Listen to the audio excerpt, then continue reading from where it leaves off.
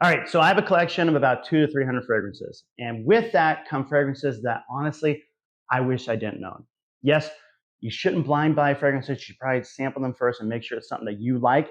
However, I blind buy a lot. So with that comes fragrances I don't care for. I'm gonna go over 5 fragrances today that I regret purchasing. All right, number one is a smell like fragrance. It's supposed to be similar to a Gucci Legend fragrance that has been discontinued. It's from Bentley. It's Absolute. I understand why people like this scent profile. However, for me, I'm not a fan.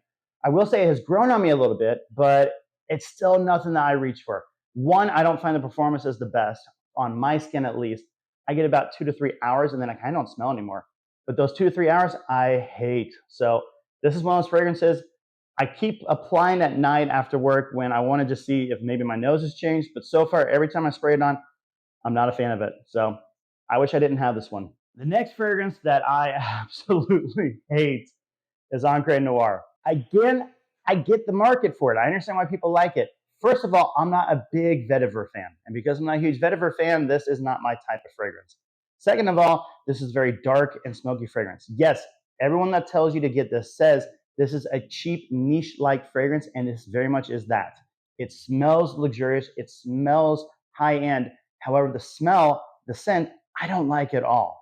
For those of you that like it, nothing's wrong with that. Enjoy it. But for me, I enjoy more this Encre Noir Sports. Now, again, I'm still not reaching for this one that often, but this is a better version of Encre Noir. It's definitely down back. It's not as dark and heavy, but you still get that note. You still get that luxuriousness, the great performance, and a dirt cheap price. So I prefer this one instead. All right, a hype beast fragrance that everyone was talking about for a while, Philipp Plein's No Limit. I hate this fragrance. It is not appealing. It is not a sexy fragrance. This is not a fragrance that gets you compliments. This is not a fragrance that if you wear it, people are going to be like, I wonder what that is. If they wonder, they're wondering, dear God, what did you wear? And don't wear it around me ever again. Now, if you want to stand out, on the other hand, this is a great fragrance. And yes, in the winter months, this isn't the worst fragrance because you need something to power out that cold air, but go with something else personally. I do not like this fragrance at all. Another fragrance that I'm not a fan of is Kenzo Jungle. Personally, I think the top of it looks silly with the little zebra head thing. I don't mind the bottle design, but the scent itself, I do not care for. This is that older school 80s, 90s scent. It's a barbershop type scent. It really has similarities to other fragrances like your, oh, golly. Well, I would say like your Eau de Sauvage, the old school version from Dior. I don't like it.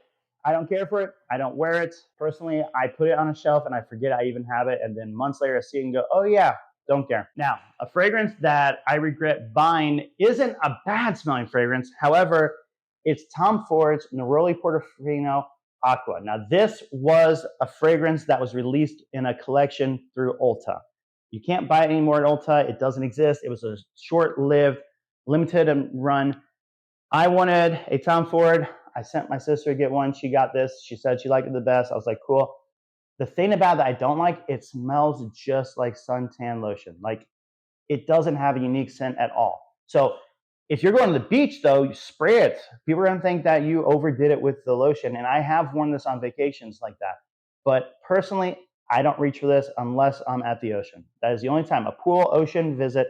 But for 110, no, I think it was $140 I had to pay for this back then. This is not worth it. My gosh, I could just go get suntan lotion, just spray it on my body, protect myself from the sun, and have the same smell. So personally, I wish I didn't have this one. So that's 5 fragrances. What about you? Do you have any fragrances you regret buying? Comment below. Please remember, follow, subscribe. It helps this channel grow. Appreciate everything you guys are doing. Have a great day.